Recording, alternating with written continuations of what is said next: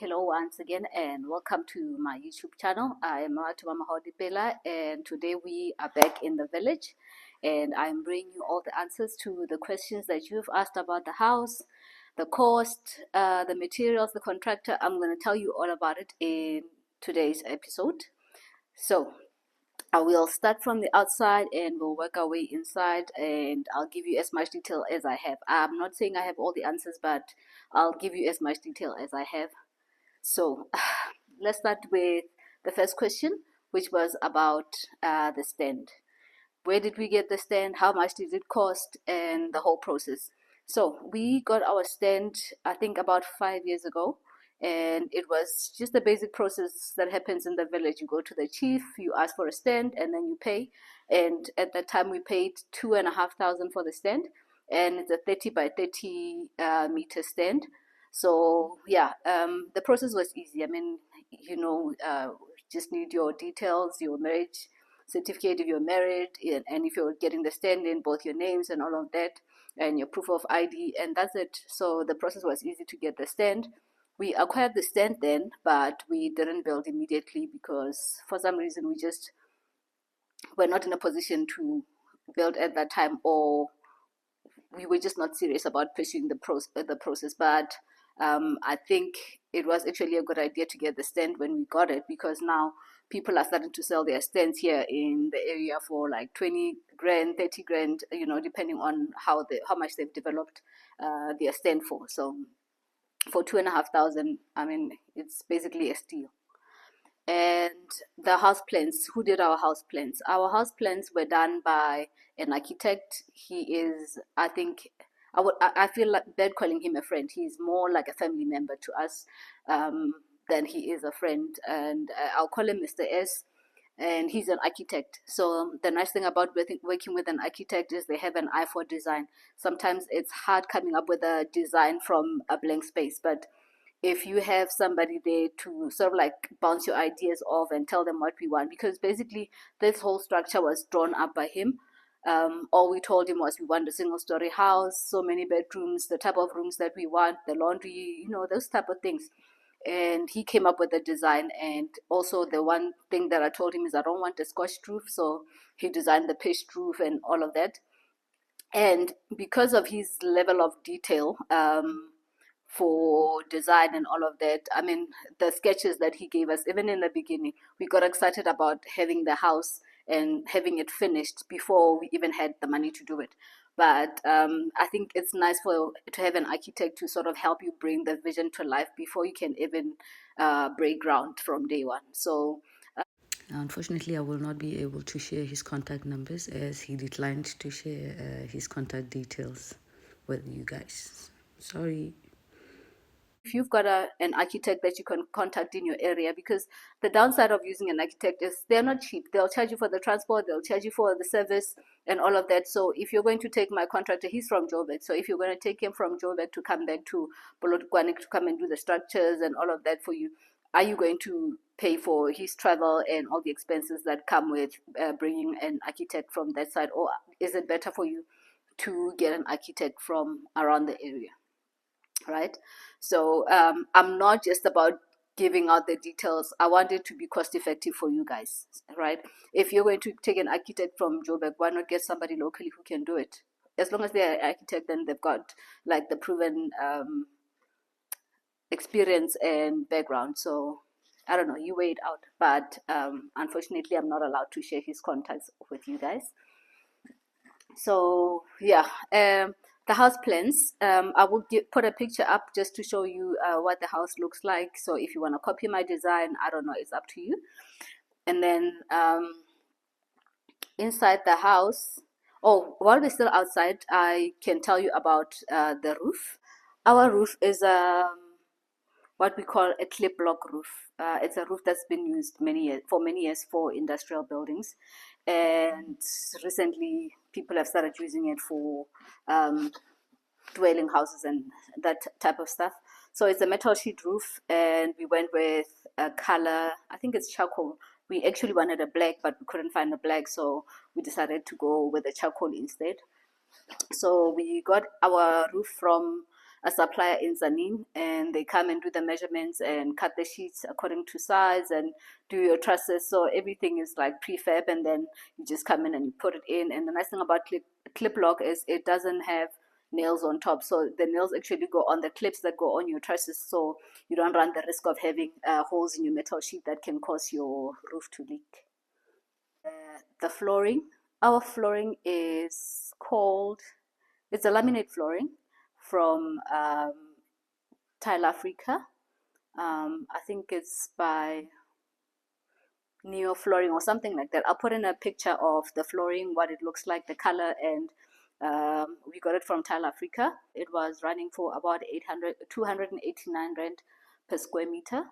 And I think it's called Fraser. It's sort of like an oak colored laminate, and it's not too dark, it's not too light, so it's somewhere in the middle. And I think it works well with the tile that we had in the kitchen, because when we picked the laminate, we actually were planning to run it into the kitchen as well, but after some discussion we decided not to put the laminate in the kitchen and went with the tile. So it was nicely blended into the tile that we managed to get from Tile Africa. So coming to the tiles in the house, all the tiles that we have are from, I think, basically 3 shops. We have all the big tiles that we have in the house, the white tile that's in the main bathroom, and also the green tile that is in the laundry and in the guest bathroom. Those are from CTM. And all our small tiles are from Tile Africa. So this one, I think, is by Mosaic Vero. It's not a Tile Africa brand, it's Mosaic Vero. Mosaic Vero is available actually at different suppliers. So if you don't find it at Tile Africa, you can find it somewhere else. And but all of our small tiles, all the subways, the green subway in the guest bathroom, the white subway in the main bathroom.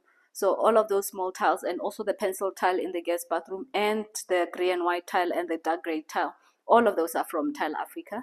And the nice thing about Tile Africa is they like to give discounts. So if you ask a discount, you're most likely going to get it. Unlike CTM, unfortunately, sorry CTM, but I don't know how many tiles I bought from them. It doesn't matter how many tiles I bought, they still wouldn't give me a discount. So that was a letdown. And I was happy with Tile Africa, because I mean, even now, just walking into Tile Africa, I don't even have to say anything. I think the Woodmead group now just knows me.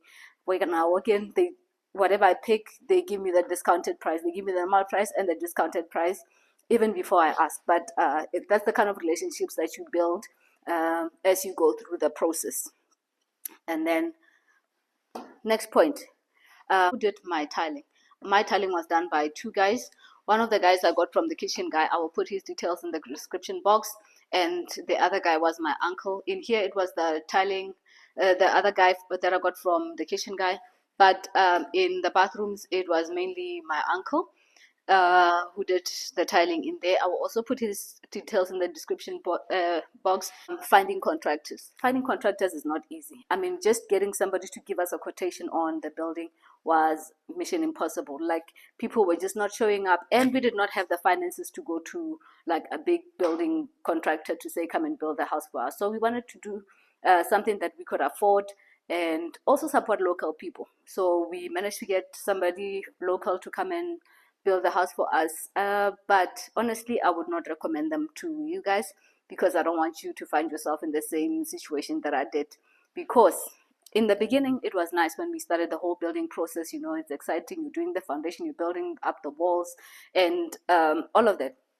But as time went on, when you realize that you have a mistake here or there that needs to be fixed, those type of things get boring, and a lot of people don't have the strength to push through when clients start to complain about the workmanship, right? And that is the problem that I found with our contractor. And also the people that he was bringing in, the plumber was also not doing a very good job with everything. I mean, most of the stuff that was done in here we had to fix, and also the electrical stuff, some of it we still have to fix now, but it's a work in process, and that's the price you pay for cheap labor, right?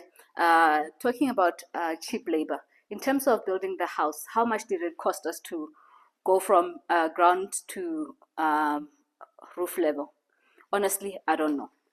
Because the story is, when we started, we went to a QS, we also went to building materials store, right? We gave them our plans. We told them this is our plan. This is how much we want to build and all of that, the type of materials that we wanted.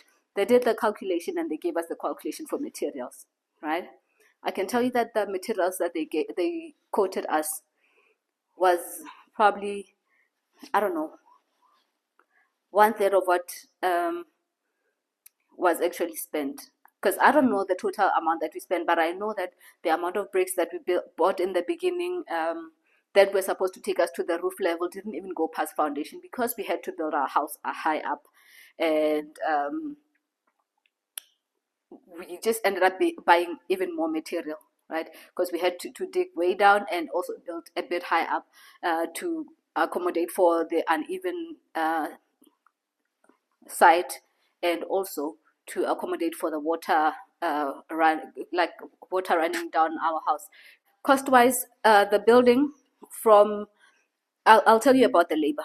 For the labor for building, for plumbing, for electrical, the initial cost was about 150,000, and for the labor for roofing and part of the ceiling was about 40,000. That's not including material. So the material obviously will depend on the kind of house that you want. If you want face brick, if you want a plaster style and all of that. So I don't know. For materials, guys, I think I would just be lying if I told you how much we spend. But I know that what we were quoted on, especially for the bricks and the cement, we ended up spending way more than that, right?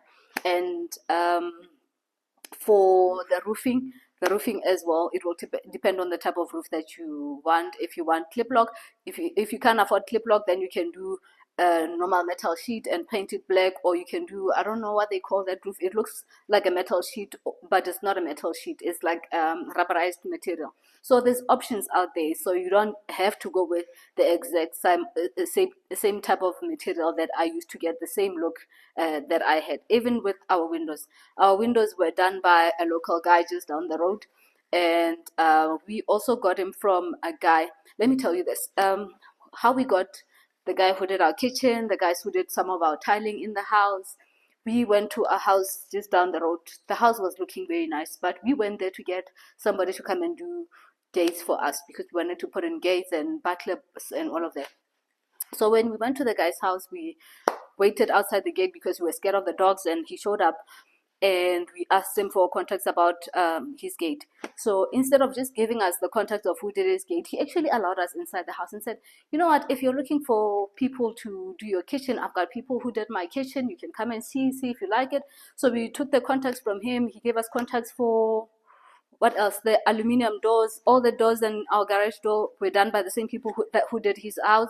And he is also a plumber. So I wish we had used him as a plumber. We wouldn't be having most of the problems that we have now. But honestly, getting contact is about you moving around in your neighborhood, see what you like, and talking to people and being open to asking for help, right?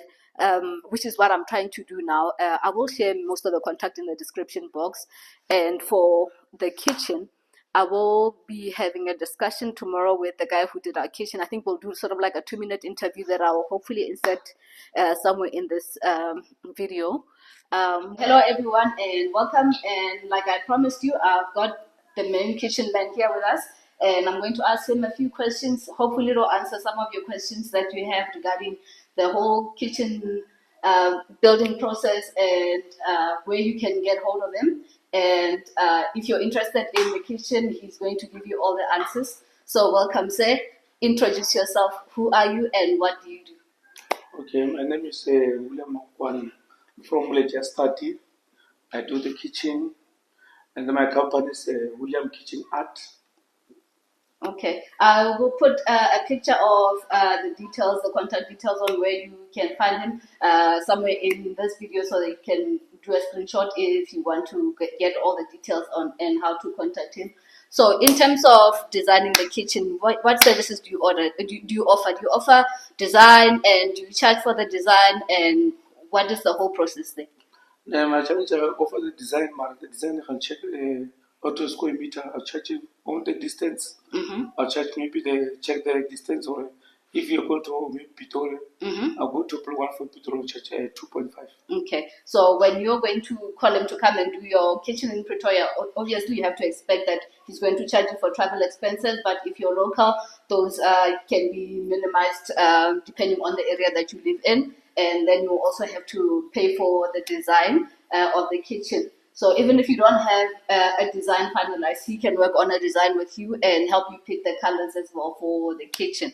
So in terms of price, what is the minimum that anybody would require to have a nice kitchen? I'm not talking an exceptional kitchen, too fancy. If we were to go like on a basic kitchen, a small kitchen, what is the minimum that you would say would be healthy to go with a kitchen design, so that when they approach you, they know what to have in their pocket?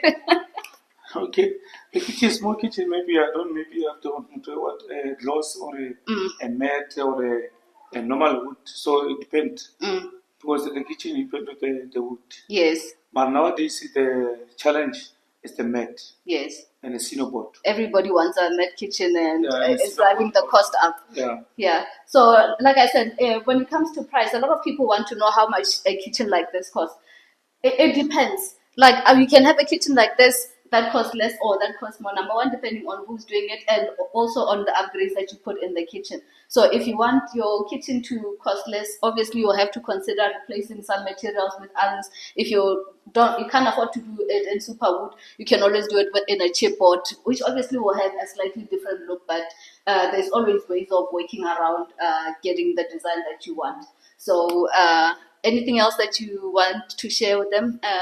So the very important is nowadays is not the kitchen cost maybe 150,000. So just the kitchen can check it. If they choose the color, I'll pay how much I can charge it. Okay, so it will depend on the choices that you make in the kitchen. If you go for the colors that are more expensive, then obviously he will tell you if it will cost more, and then he will advise you on how to get the price lower as well. So I hope that sort of gives you an idea. Obviously, we can't give you specifics because we don't know the size of the kitchen that you're going for, and honestly, I'm not comfortable sharing exactly how much we spend on our kitchen, because, like I said, you can upscale your kitchen and you can downscale it depending on the budget that you have. So don't be afraid to contact them, even if you pay for the call-out fee for them to come and do a design for you, and also to give you details and ideas on what you can expect in the kitchen. Just spend that extra 1,000 rand where you get the design at least started and you get the quotation, so that you have a plan as to what you're working towards, and not just rely on me telling you that my kitchen costs 300,000 and then you get scared to start the project. I'm not saying that my kitchen costs 300,000. I'm just saying, for example.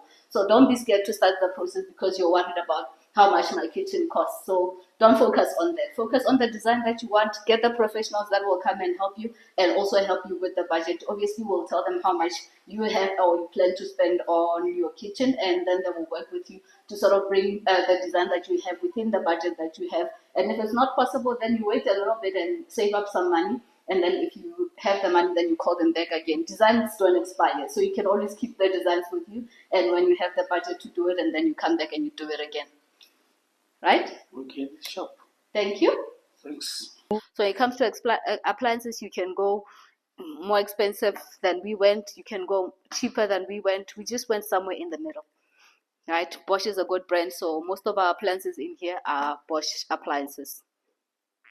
Okay, and for the fridge, somebody had a question about our fridge. Our fridge is called an integrated fridge, which is by Siemens. Right, you can find one by SMAG, depending on what you want. Ours is by Siemens. And somebody also asked about the built-in microwave. The built-in microwave is from Hershey's. So all our appliances we bought from Hershey's, and it's just called a built-in microwave or integrated microwave, depending on what supplier you use. The name might be different. The next question, I think, was about the paint. The paint that we used in our house, the color is called Concrete Jungle, and it's by Fired Earth. And I think it's in a certain finish in the rest of the house, except in our bedroom where it's in a matte finish, but that was a mistake, when you were picking colors and you're distracted and all of that, and then you just focused on picking the color, and then you end up with the wrong finish, and then you realize when you get home that you mixed up the paint with the wrong finish. But I just decided it's our bedroom, it's only us in there, like it's not people passing where we can't wipe it down. But even if it's matte, it's wipeable. But I would have preferred a certain finish, but it's our bedroom, so it's not a big deal. How long did it take to build? Well, from ground to roof level, it took about 4 or 5 months. And from putting on the roof to doing the inside finishes, I would say since then up until now, we are still continuing. But up to where you guys saw in the home tour video, it took us up to December. By December, we were at the level where I showed the videos, and actually some of the videos I did take in December. I just used old clips and stuff. But yeah, it's an ongoing process. I saw somebody's comments who was saying, I thought this was an unfinished house. It is an unfinished house. That's why I didn't show you some parts of the house. But I think those will be coming in another video where I will show you the unfinished part of the house, and we will go through it together. So I will take you on a tour outside of the house, because somebody also wanted to see what the house looks like on the outside, because I only showed you the inside and maybe 1 or 2 pictures of the outside. So I'll put in a video of what the house looks like on the outside. And I think that is it for now. So if there's anything that I missed or anything that you guys forgot to... Okay, another question was about the curtain rails. The curtain rails are like a normal wave track. So if you go to your haberdashery suppliers and you go there and then you ask for a wave track with a ceiling mount. So we just bought like normal tracks, and then we bought brackets for ceiling mounting, and then you mount them on the ceiling instead of mounting them on the wall. And that's basically it. And then when they did the ceiling, they dropped it down a little bit so that it covers about the first 10 centimeters of your track, and then it brings down your ceiling. So if you can deal with your ceilings being lower, then it can be accomplished. But if you want your ceilings to look higher, then you will probably have to build your house higher or go with an exposed curtain rail. This is what our house looks like on the outside. It's a simple plaster and brick combination, and it's got the clip block roof. And yeah, it's still unfinished. Like literally the outside of the house has not really been touched, so we still have some painting to do, a little bit of cladding here and there, and then have to work on the landscape. If you've seen the plans for our house, there is a pool laid out on the outside. I'm still hoping to have a pool out here, but I don't think my husband likes that idea. Look at that beautiful sunrise. I'm just loving the sunrise in the village. It's on another level. I hope I'm not blinding you, but I just love watching the sunrise. So yeah, pretty much this is what it looks like from this side of the house. And I'll try and get to the other side, but now I need my keys to get to the other side to show you how it looks like.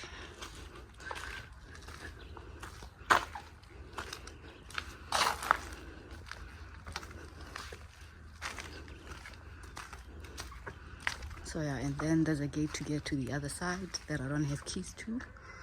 But yeah, this is what it looks like.